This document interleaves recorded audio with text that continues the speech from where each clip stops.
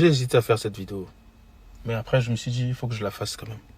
Je ne sais pas où cette histoire de vidéo là va nous mener. Je ne sais pas on est dans quel mood. Hier, j'ai fait une vidéo là où je disais, revoyons-nous. C'est une vidéo qui a fait 8 minutes et quelques trucs.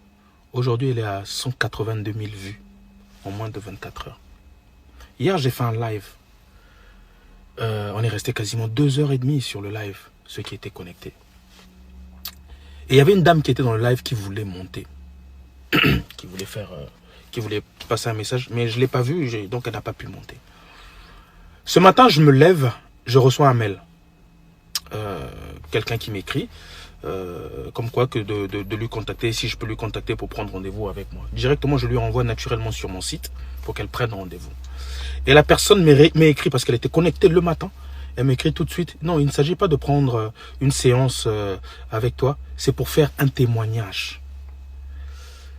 Et là, moi, je me dis, ah, ça doit être encore quelqu'un qui a essayé une de mes conneries, qui va... truc. Donc, du coup, j'appelle quand même. J'appelle et j'amoude souriant, parce que je me dis, ce sont des personnes qui me suivent, donc elles connaissent ma manière d'être, et voilà quoi. Donc, je fais une blague. Et sauf que quand je fais la blague dans mon truc de Yindoulé, j'entends au bout du fil quelqu'un qui pleure. J'ai mis du temps à faire la vidéo. Il fallait que mes émotions retombent. Ça s'est passé là à 9 h. Là. Et la personne est quasiment en larmoiement. Et donc, moi, je me dis, ça, c'est encore quel frère bâtard des 3C qui a donné Goumin. Donc, je pars dans une connerie. Après, elle me dit, frère, j'ai vu ta vidéo de Revoyons-nous. En fait, dans ta vidéo, quand j'ai vu ta vidéo, j'ai pensé automatiquement à une personne. C'était mon ex. On s'est séparés de la manière la plus mauvaise qu'il peut savoir. Donc, je l'ai détesté, je l'ai haï, machin, truc et tout. Ça va faire 2 ans. Mais c'est quelqu'un que j'ai porté énormément dans mon corps, que je porte encore, que je portais encore. Et du coup, je me suis dit, ça serait dommage. Je veux lui envoyer un message quand même, à la suite de ta vidéo. Donc, elle a envoyé un message. Pas pour se remettre avec le gars, lui faire comprendre qu'elle l'a pardonné, que l'eau a passé sur les ponts, que c'est quelqu'un qui tient, qu'elle tient toujours à lui et tout. Bref, elle a envoyé son message. Il s'est passé 20 à 30 minutes avant la réponse. Elle s'est même dit, putain, j'ai encore envoyé le message parce qu'elle avait changé de numéro. D'après ses dires, elle s'est dit, il fait encore son malin. Il peut même pas répondre, même merci ou je sais pas quoi. Et son téléphone sonne. C'est le grand frère du gars qui appelle. Vu qu'elle avait laissé son prénom. Ah, ça tombe bien, on te cherchait, je te cherchais, mais vu qu'il n'y a plus ton numéro, tu avais changé ton numéro quand j'ai essayé d'appeler ton ancien numéro, machin, tout. Est-ce que tu sais que ton gars a fait un accident? Il est dans le coma, ça fait 2 semaines. Eux, ils se sont séparés, ça fait 2 ans. Hein. Le gars est dans le coma, ça fait 2 semaines. Ils étaient en voiture, il a pris un poids lourd et est rentré dedans. Apparemment, c'est passé même dans les informations de la localité, de la ville là où elle était. Panique. Elle n'est pas loin, elle a 35 minutes. Elle prend son après-midi, elle va le voir là-bas. Le gars est dans le coma. Donc elle va avec son frère. Le grand frère, en fait, ils se retrouvent dans la ville, donc ils vont ensemble là-bas.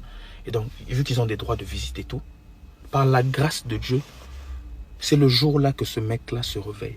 Mais il ne peut pas parler, donc il est truc, donc les dames essayent de le truc, donc on leur laisse rentrer dans le truc. Il y avait aussi la go actuelle, la vie est bizarre, la go actuelle de ce monsieur-là. Donc elle voit son ex alité. Elle dit, je lui vois les yeux s'ouvrent. En fait, donc là, il a les yeux ouverts. Et je vois à l'expression de son visage, malgré qu'il a des trucs, que son visage est jovial, avec les larmes qui sont en train de couler. J'oublie avec qui je suis dans la pièce. Je lui tiens par la main et je dis ce que j'ai mis dans mes messages, en fait. Je me libère, j'ouvre mon cœur. J'oublie sa compagne. Il dit, sa compagne en face de moi, elle a les larmes. Moi aussi j'ai les larmes, lui aussi les larmes coulent.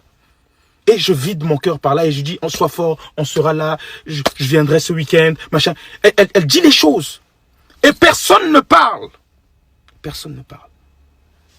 Ils discutent et tout, à la fin, machin, truc et tout. L'autre, il ne peut pas parler, il est dans son truc, il vient de reprendre le truc. Elle rentre.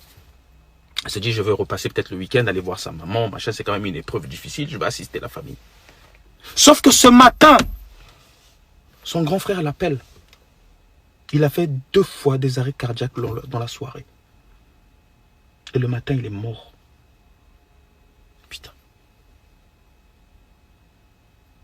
Le matin, il est mort. Le matin, le mec est mort. Et donc, elle m'a appelé à l'instant pour me dire que si je n'avais pas fait ce message-là, elle n'allait jamais... Hé, les gens, on n'est rien. On n'est rien. Ozo salamine ne mine ne mine ne balia qui déjà. La traduction, ça veut dire que tu fais ton malin de on t'a déjà mangé. Toi, moi, on t'a déjà mangé. On connaît la taille, la profondeur, les odeurs, machin, truc et tout. Si vous avez des choses à régler avec les membres de vos familles et que vous savez que c'est dans votre cœur, allez parler. Même si on ne vous répond pas, déchargez-vous. On ne sait pas.